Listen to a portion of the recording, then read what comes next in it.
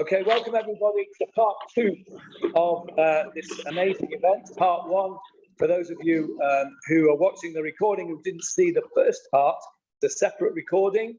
The first part was Dr. David Bernstein completing Megilat Esther. When I say completing, I mean complete the writing of Megilat Esther with the help of Kihila Israel Tzair in Ramat Oleg. It was a wonderful and other kihilot, correct. And now I'm very, very delighted to invite you to listen to a shiur from Dr. David Bernstein. Yes, if you could, those of you who are on Zoom, Maya and Isaac, if you could press your mute buttons, then we won't get any feedback. That would be great. Thank you, Steve. We're going to have a shiur on Megilat Esther through a Sofer's eyes, and about the great miracles of our time.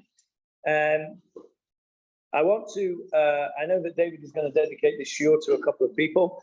And I just want to mention, since I've got a captive audience here right now, we're coming up to Purim, obviously, in a couple of days' time. One of the mitzvot of Purim is Matanot Le'Evyonim, giving charity to the poor. Anybody who would like to partake of that mitzvah and like me to be your shaliach to deliver the funds to poor people on Purim itself, please, you can give your donations either to me directly or to Rav Yuval or anybody else. As long as it gets to me before Purim afternoon, I will, Bli Neder, hand that over to various good causes on Purim itself, and you will be mishtatef, you will be taking part in the mitzvah of Matanot Le'Evyonim. So that's anybody who wishes to partake of that, I am available. Okay, David, it's all yours. Tell me when you want to turn the lights. Johnny, I just wonder if this is going to show the PowerPoint. So we let's lower just this a little bit on the note. Okay, we'll see. Okay, everyone. Wow. She'achiyanu, v'kimanu, v'gianu, l'zman hazeh. Thank you all for celebrating this with me, with us. Very, very emotional, very exciting to be doing it here in Netanya, in Eretz Israel. I want to begin with some housekeeping. Questions are welcome. I prefer if they're at the end, just because there's a real flow to this presentation. I'll be happy to answer questions. And I want to begin with some thank yous. First of all, she's not able to be here, but Shoshana Baker, we all know how much work she puts into continuing education in our community. And I hope she gets to hear this, how much we all appreciate the hours and endless efforts to pay attention to the finest details, the flyer, the time, everything. So, before Shlema to everybody who needs it, as Pei is reminding me, to the whole, everybody who needs it, as well, Lydia, I want to thank Lydia Weitzman, who's hiding right now, because she spent a lot of time getting our refreshments and helping us with that. I want to thank the person who thanks everybody else, and that's our very special Rabbi, Dr. Johnny Lieberman. Every detail you can think of this evening, including the setting up, cleaning up, before arranging the audiovisual, all of that's the small part that we thank him for. The real thank you is for the inspiration to be part of this community of here in Netanya, the inspiration to write his grandson's tefillin, even though all my Sofer teachers told me that it's absolutely not supposed to happen at this stage. I'm supposed to write about 10 Megilat Esther first, but Johnny had me in a headlock, and I really thank him for that, because it was a very, very special to be writing his grandson's tefillin. We did a whole ceremony at the kotel, everything. So thank you very, very much, Johnny. I want to thank our kids for driving here after a long day, for hours, making it here. Lo mishaneh if they'll be here on time or not. Thank you very, very much. And Noam for the inspiration. He's Bezat Hashem, our first grandson, who's my goal is to write his tefillin and Acharon Chaviv. Someone's gonna be in trouble, so limit the thank you to Nina.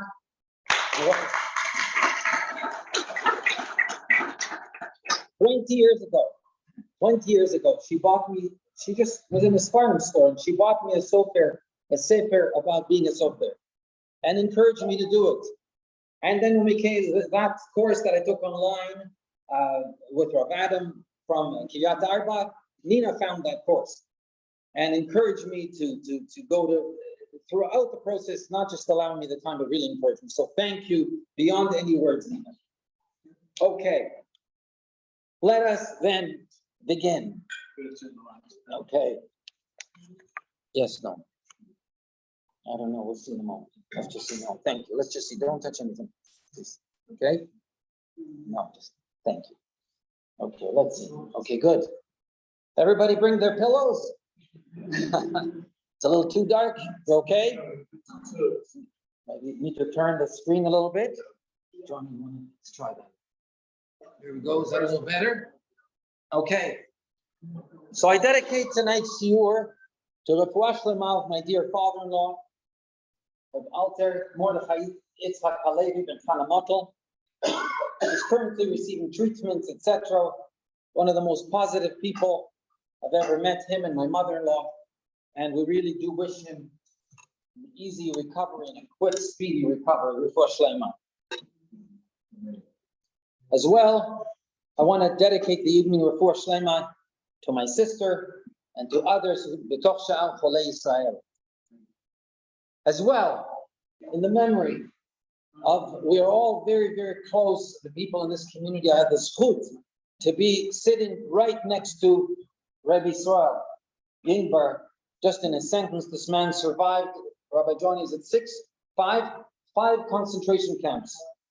And he passed away this week. His daughter is still sitting. Shiva, his daughter, Dalia, is an unbelievable example of Kibud Abayim. May she have a rifut yamim. Okay. As Johnny mentioned, Matanot Le'Evyonim. So are you ready? Let's get started with our journey of miracles that are happening nowadays, seen through the eyes of a Sofer, through Megilat Esther.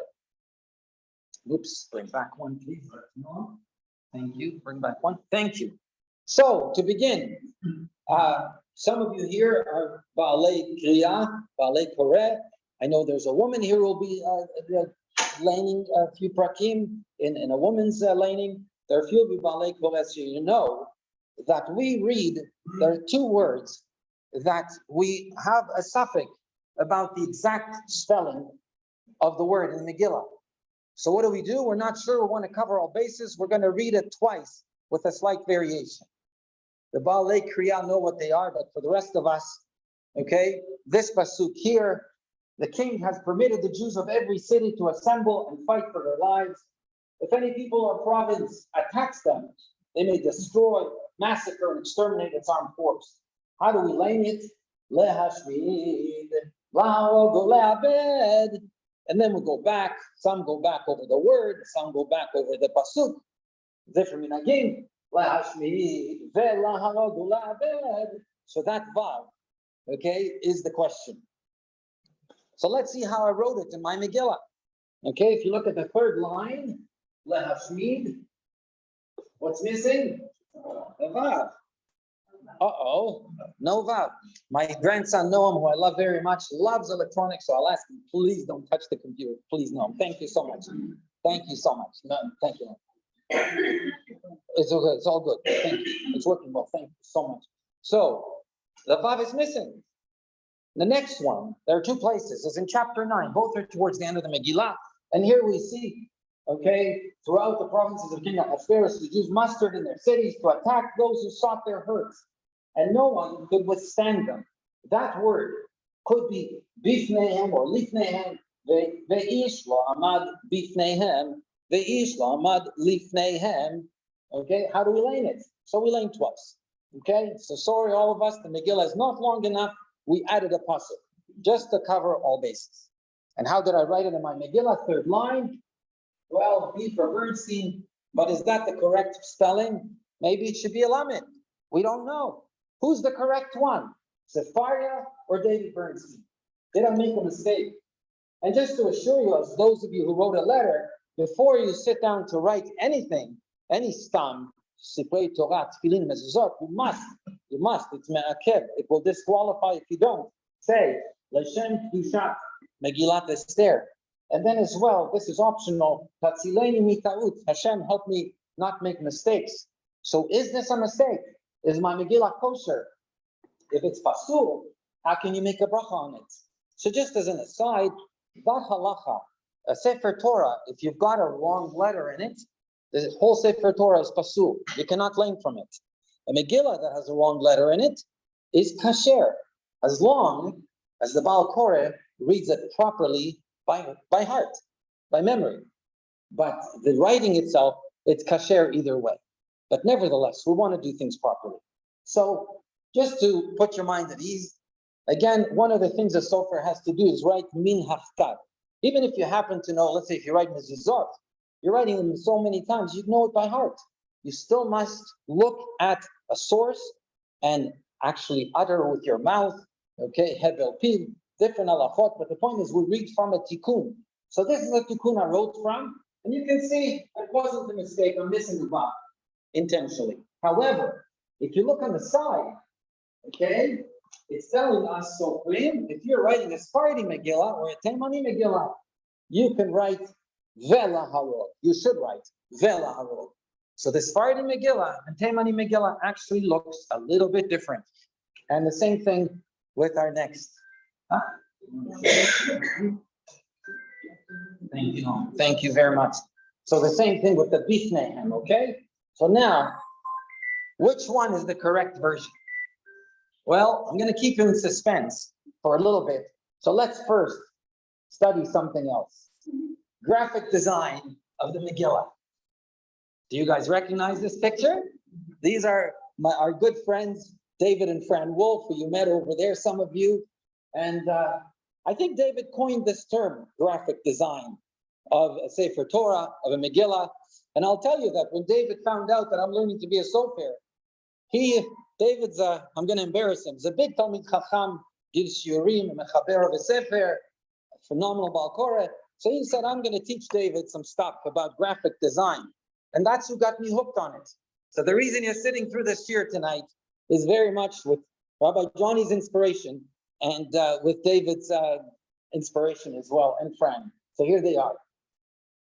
So unusual sized letters in Megilat Esther. 3 large and 3 small. Can any of you name any large or small letters in the Megillah?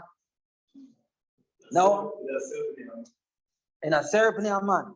So Ruby said Aser Bnei Aman. Ruby is, as you know as well, a phenomenal Baal Koreh. Actually, I won't go into it because of time, but there are those who insist on writing a Megillah of 11 lines. My Megillah has got 22 lines, but a Megillah of 11 lines, so the Aser Bnei Aman will not be large letters. All of them. Only certain letters, 6 letters in Megillah will be large and small. But most Megillot, including mine, Aser Bnei Aman, are written because it's its own page. We're allowed to write large letters that are not written in any of our Sfarim to become large letters. Anyways, let's look. Okay. Did I skip a slide? Bring me back. Okay, there we go. So here's the first page of the Megillah. Can you find a large letter? Okay, I gave it away already. And here it is, the Chet of Chur. Okay? So I'll just read the Pasuk, Chur Karpasut Chelet, right at the beginning. What is it? Garments of various colors. Chur is white, Karpas green, blue, were held with fine linen cords and silver, rods and marble pillars, couches of gold and silver. We can all recognize this is describing the very lavish party held by Achashverosh with 127 provinces and 180 days. And why was he having such a party? Well, the letter Chet is telling us a lot. What's the gematria of Chet? Ilan? Thank you, Ilan. There it is, 8. Ilan, look at the picture and tell me, what is the number 8 in this picture? The Kohen Gadol. Thank you. Parshat Tetzaveh, right? This week's Parsha is the Bidei Kehuna. Kohen Gadol wore 8 garments. So what? What's the Megillah trying to tell us? So actually, Rav Shlomo Elkabetz, as you may know, the author of Lecha Dodi, says that Achashverosh, the chet is large to remind us that Achashverosh during this party made a point of wearing the Bigdei Kehunah, the Kohen Gadol. Why was he doing it? Did he just like the design? Absolutely not.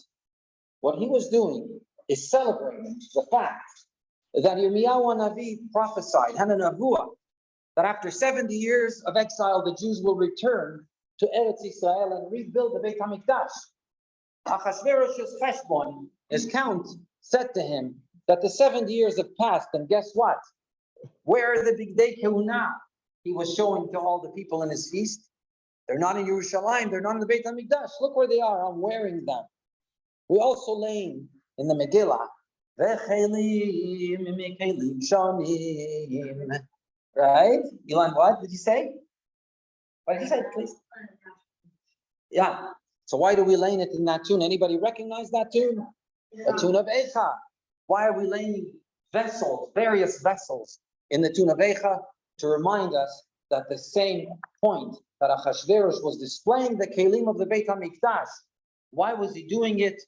To put it in the face of the Jews, to show them your 70 years are over, your Beit HaMikdash is not built, Jews are finished.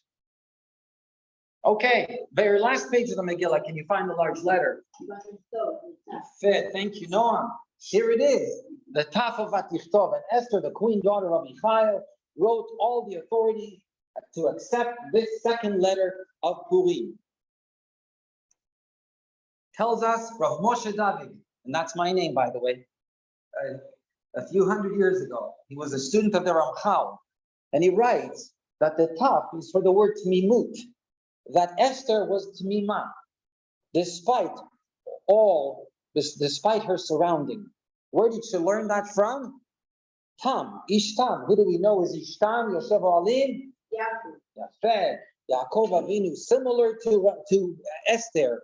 Yaakov Avinu was in the worst of environments, in the house of Lavan, yet Kal Yag Mitzvot Shamati, he remained steadfast to his Yiddishkeit to Hashem, and the exact same was true of Esther Hamalka.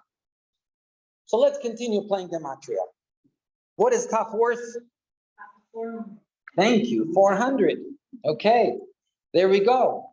So these two letters, okay, we'll put them together and we'll combine the numeric value of 408. Okay, our current year is 5,783. What is the year Taf Chet? I'm sure some of you know.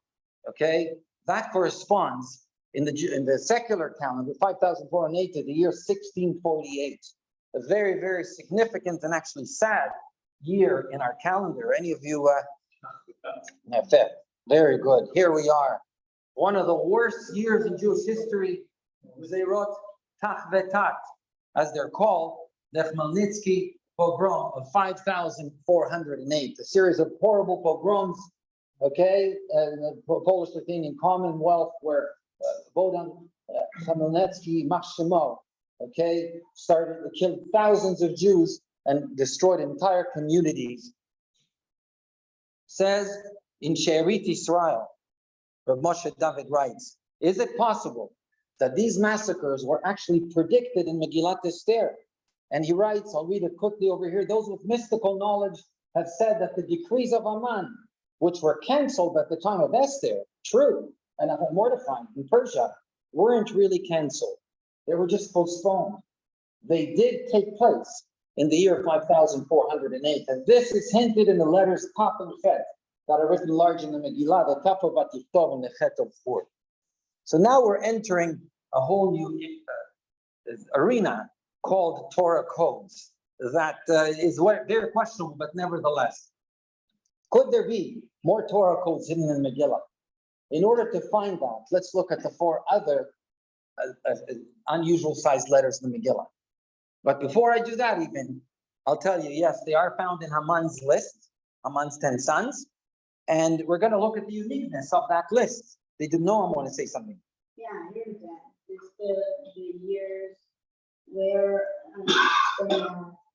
Nazis, 10 Nazis were named. Oh, you know, it's a problem when your grandkids know too much. It's never too much. Baruch Hashem, thank God. Thank God. That's a beautiful thing, Noam. Yes, you're right. That's where I'm heading.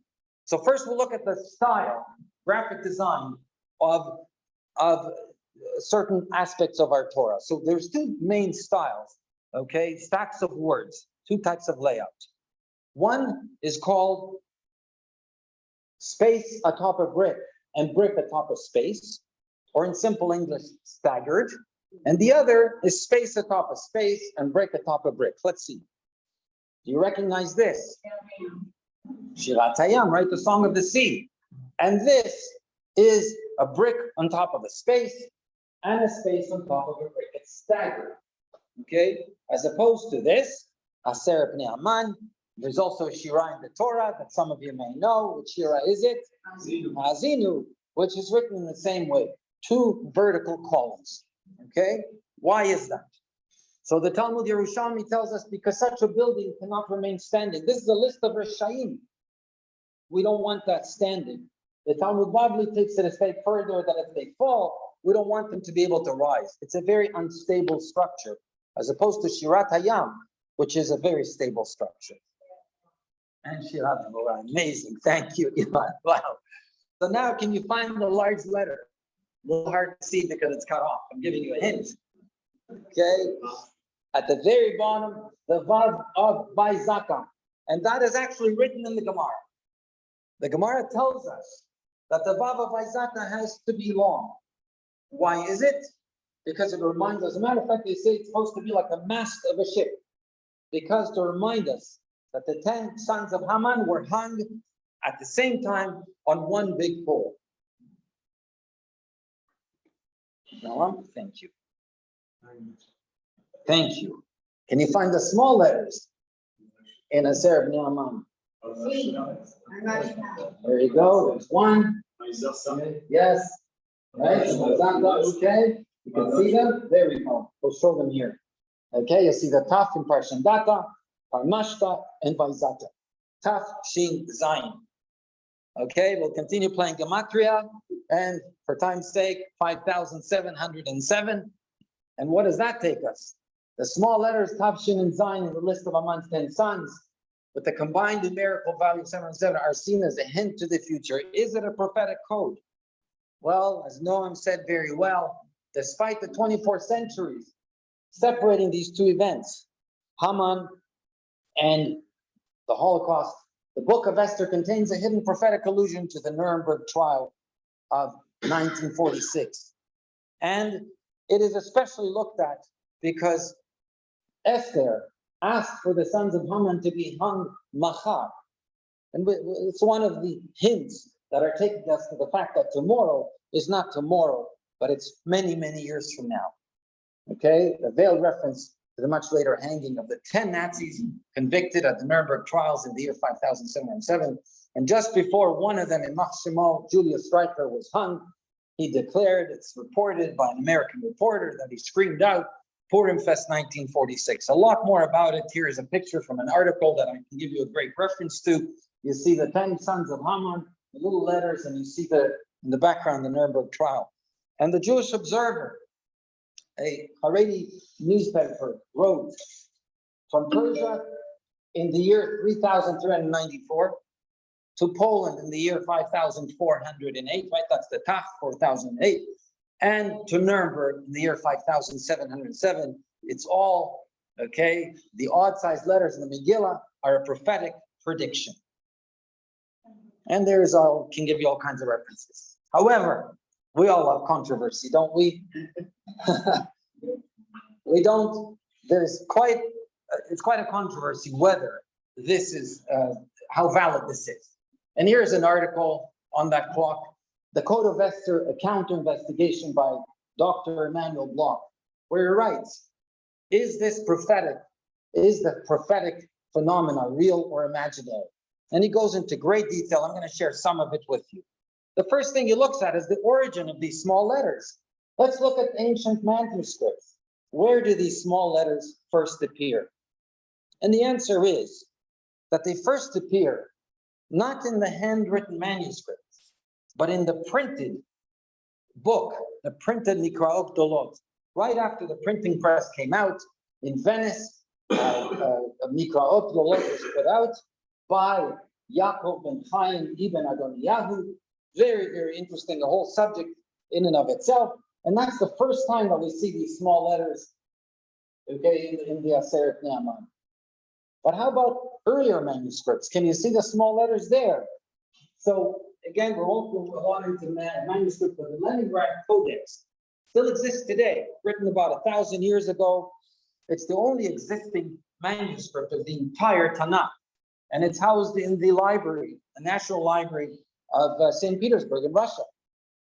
Other manuscripts that you see over here, none of them, I'm going for the fast, none of them have these small letters. The first time it appears is in the Mikvah Uktolot. So according to Dr. Emmanuel Bloch, the large Vav appears in the Gemara and Shulchan Aruch, fine, but not the small letters. It is unclear whether when the minhag started, but since it was not there from the beginning, perhaps we cannot properly call it a code or a prophecy. So which version, going back to the two versions that we spoke about, is the correct one, the Ashkenazi or the Sephardi? Pardon me? Which one? Ah! All right, we're going to have some fun here now. So, whenever we're faced with such doubts, where do we check? Rabbanit Google. Very good. Okay, so, sorry, I jumped to the slide here. And where does Rabbanit Google get her information from? So the answer is looking at the most authentic and earliest manuscript available. And trying to read this here, let's see. Okay, yes. So, the Aleppo Codex is what you saw over there. And as you can see, it's a codex. Codex means that it's not a scroll, it's a bound manuscript of the entire 24 books of the Tanakh, written 920 by Aharon ben Asher, who was a sixth generation of experts in Masorah, and the exact text and cancellations, everything, smallest, minute details of the Tanakh in the city of Tiberia. Okay, let's see what happened there. Thank you. No, let's see. Is it? There we go. Okay, good. And what made it so authentic is the fact that it was endorsed by the Rambam himself. See? Okay, Noam, you can do the next slide. Okay, so much so that when the Rambam, he writes in his Yad HaChazakah that when he wrote his own Sefer Torah, the Rambam, and when he wrote the laws of writing a Sefer Torah, he did it from the manuscript that he studied, many manuscripts, but he chose to do it from the manuscript written by Ben Asher, which is the Aleppo Codex. And here's the journey of the Aleppo Codex. It went from place to place, again, a whole subject of it in and of itself, and until it returned to Haleb, or to Aleppo in Syria, where for over 600 years, the community guarded it and locked it up in a safe place in the synagogue, in a place called the Cave of Eliyahu. There was a phenomenal display of this recently here in Yerushalayim. So where is the original copy today? It's in Yerushalayim. Came back home to Israel in 1958. The Aleppo Codex was brought home to Israel, where it remains until today in the shrine of the book in the Israel Museum. And it's available online. Makara. It's available online. So let me ask you something. Why don't we just go back and check it online? Where is the correct place? What is the correct spelling? So the question is, the answer is, a little bit, I lost my slide here, doesn't matter. The answer is that before it came back to Israel, something happened. And the book of Esther, among other books, in particular the Chumash, the Chamisha Chumshei Torah, almost entirely is missing. There were riots against the Jews 2 days after the United Nations voted in favor of partitioning Palestine. And with the encouragement of the Syrian government, the community's ancient synagogue was put to the torch and fire. And the codex, which was kept in the synagogue's cave of Elijah that I showed you, suffered terrible damage. For 10 years, nobody knew of its whereabouts or if it even exists. But miraculously, 295 of the original 487 leaves did survive. And as I said, in 1958, at the risk of their lives, the Jews of Aleppo who kept it in hiding smuggled it into Israel. What happened to the remaining pages remains a mystery to this very day. Books have been written about it, a lot to discuss, but not for now. What I do want to discuss is the fascinating reconstruction that has occurred of those 200 missing pages, including Megilat Esther. There are a few different ways, again, we won't go into it, but it was very, very accurately reproduced. And one of the ways is that there were a few emissaries, a few people who were allowed to actually look at the codex. And they made very accurate lists and notes of the way the codex writes things. And one such emissary is, is a Megillah Miskidol, or the Tanakh proofreader.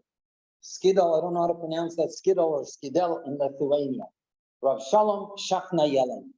And what happened here is nothing short of an absolute miracle that occurred in our days. So I'm going to tell you that Rav Shalom Shachna lived about 150 years ago. And he was not only a Sofer, but he spent his entire life being a Magiha, proofreading and fixing Sifrei Tanakh all over Europe.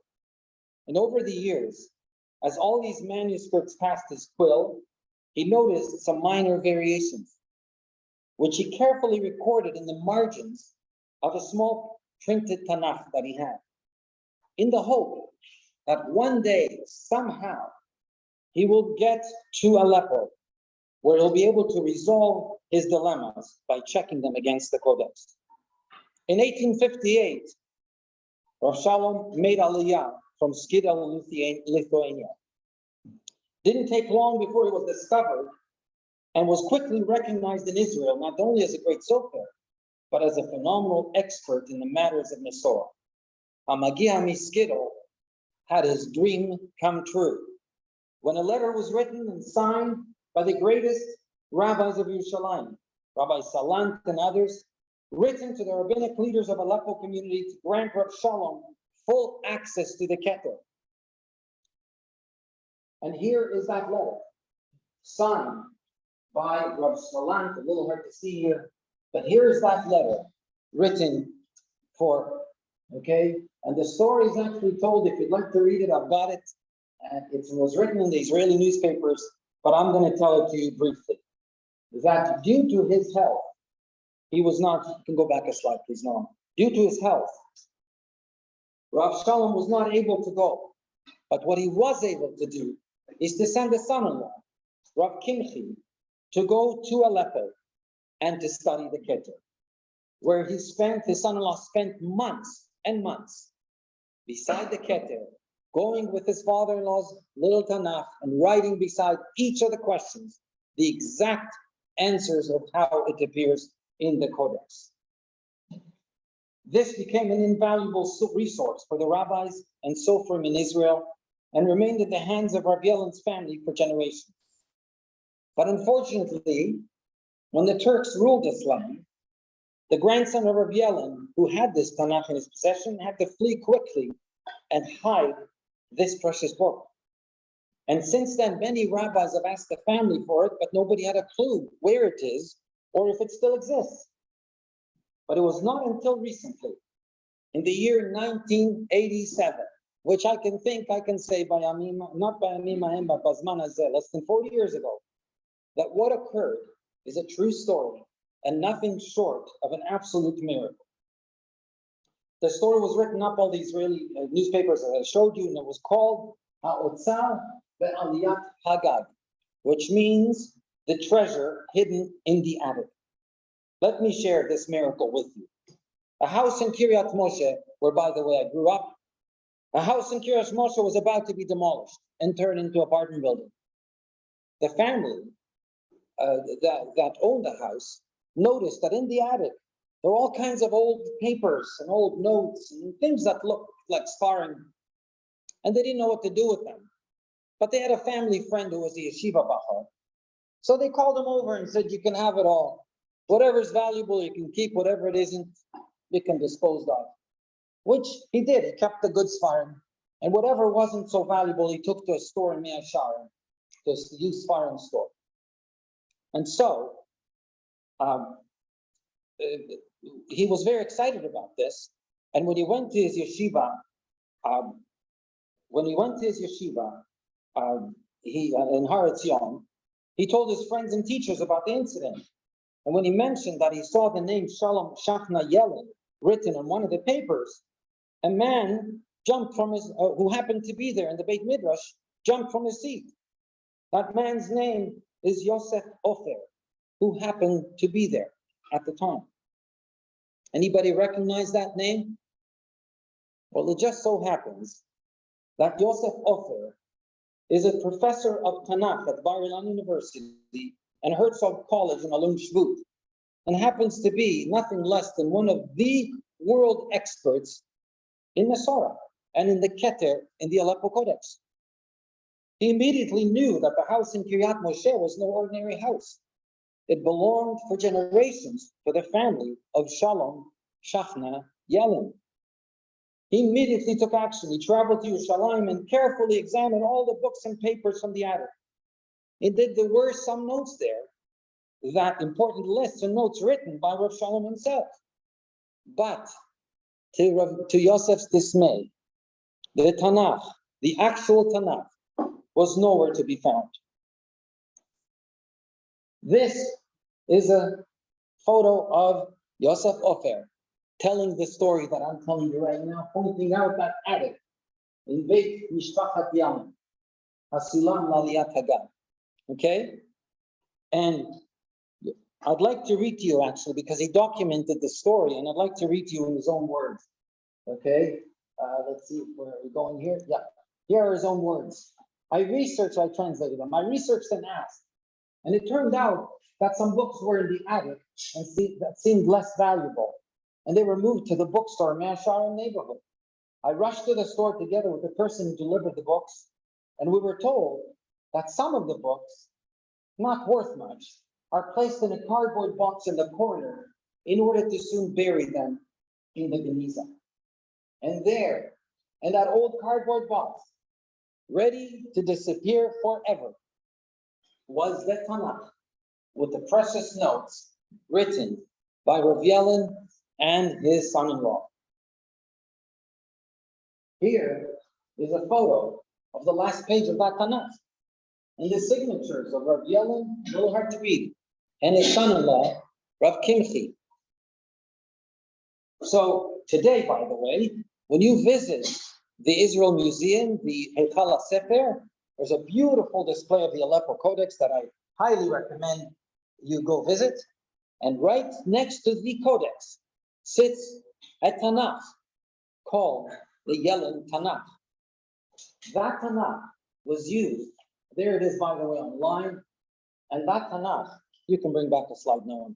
That Tanakh was so valued by the scholars of Hebrew University in Bar Ilan that they actually sat and created teams to study those notes and updated and published the latest, most accurate versions of Tanakh called Keter Yerushalayim and Mikraot Gdolot HaKeter, based on Rav Yellen's notes. What a miracle in our times, isn't it? So let's go back to our dilemma. Okay, now, is it Maharod and is it Lifneihem? Is it Bifneihem? Okay, let's take advantage of this miraculous resource. Let's flip the pages to Megilat Esther and see what the Yellen Tanakh says. I tried to find the actual page to show you a photo, but sadly I didn't yet succeed. I'm still going to. But in the meantime, Rav Mordechai Breuer, who's actually the mentor of Yosef Ofer. Rav Mordechai Breuer Zatzal, many of you may have heard of, was a phenomenal expert in Masorah. He wrote many Sfarim, etc. And he wrote versions of the Tanakh. And he writes about this fascinating piece and about this dilemma, and he put it together into a nice slide, a nice chart. He wrote an article, a very detailed article in Ivrit, But in English, it's called doubts that aren't. They're not really doubts because he knows the answer. And I'll just go to the chart that he put together. The word, as it is printed in that little Tanakh, the printed text, is laharod. Rav Yelen's note, he wrote, does it require a vav? And the answer written by Rav Kinfi is yes, it requires a vav. And the same thing with Bifnehem. Lifnehem with a lamed, he asked, and his son-in-law wrote the answer in the Codex, in the Aram, in the Aleppo Codex. It is written with a lamed. And by the way, for tonight's sake, that will suffice as far as sources, but there are other proofs that this is the correct version, written in the most authoritative manuscript that we have. And again, for another night, there's all kinds of reasons why it's by far the most authoritative. One of them is the fact that the Rambam endorsed it. Anyways, so what do? Do we go and change my Megillah and all the other Ashkenazi Megillah to be like the Sephardi ones? And only lame the psukim once? That would be nicer. The Megillah was a few seconds shorter, but chas v'shalom.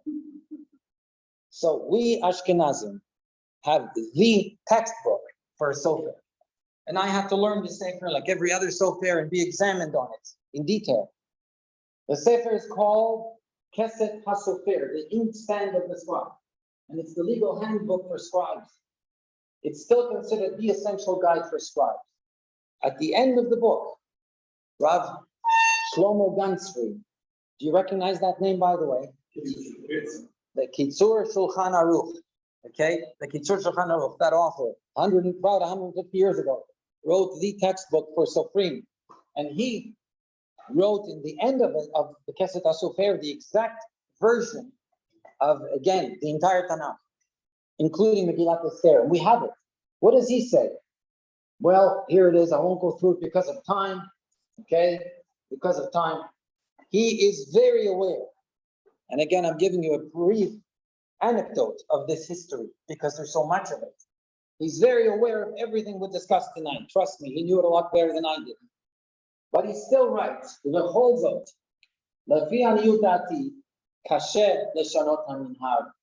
nevertheless, it is difficult, in my humble opinion, to go against established precedent and change the prevailing custom. And this may be understood to mean, given the already established custom to write and also to read Laharod, it would be difficult to change the existing custom. So the Sephardim and the Teimanim have no such doubt. They know exactly which is the correct version. They therefore need to repeat nothing. They just write it, I'm going to use the word correctly, like the Codex, and read it correctly once. I'm curious, Rav Mendel, what the Minhag Chabad is. I think it is to repeat. Yes. I think it is as well. Yes, yes. And again, Rav Mordechai Broder writes that over here. I'll just get through that. And by the way, for my grandson, who absolutely loves anything to do with technology, and for the rest of us, as you know, today, when a Sefer Torah is written, or a Megillah is written, before it goes out to the market, it has to be mugeh, it has to be proofread.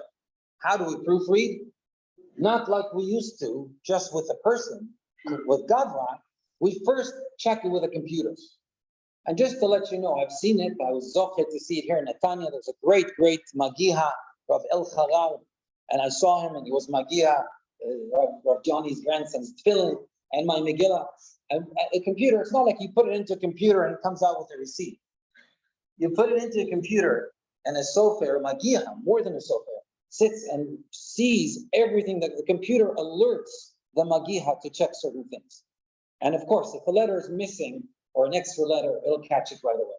So here's that program, Lishkat Stam, okay? And it's telling you that it's got two versions. So before you put it into the machine, you type in, I'm writing a Sephardi Megillah. So don't yell at me when you see that vav, or vice versa, okay? Computer program to check Megillah for custom. So just before finishing, and I thank you all to sit in the dark for so long. Oh my goodness, unbelievable. Thank you, thank you.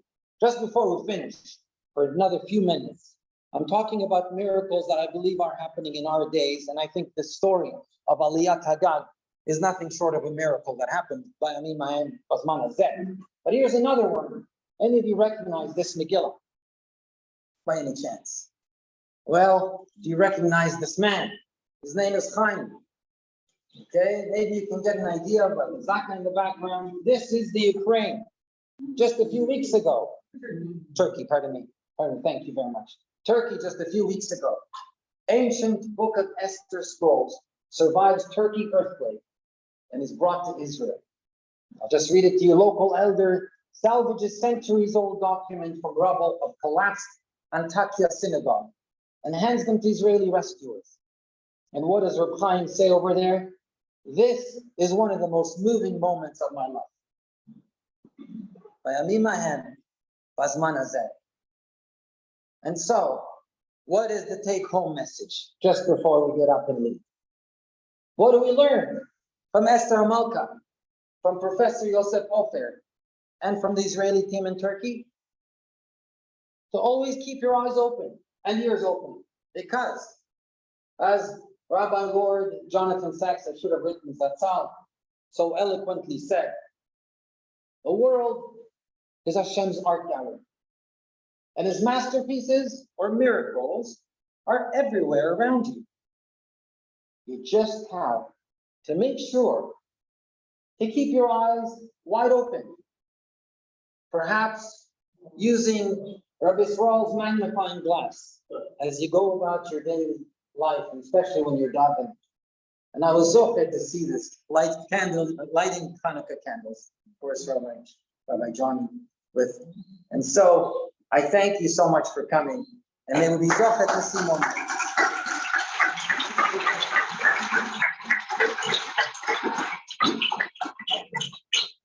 Thank you all very, very much for sitting through such a long night. Please. David, my good friend, I was afraid of this. It's a problem when somebody in the audience knows way more than you. Go ahead, please. Yes. Out of curiosity, which one is the popular church? Is there an actual answer? Ruby, please. Which one do we learn first? Ruby, do you know? David, Ruby.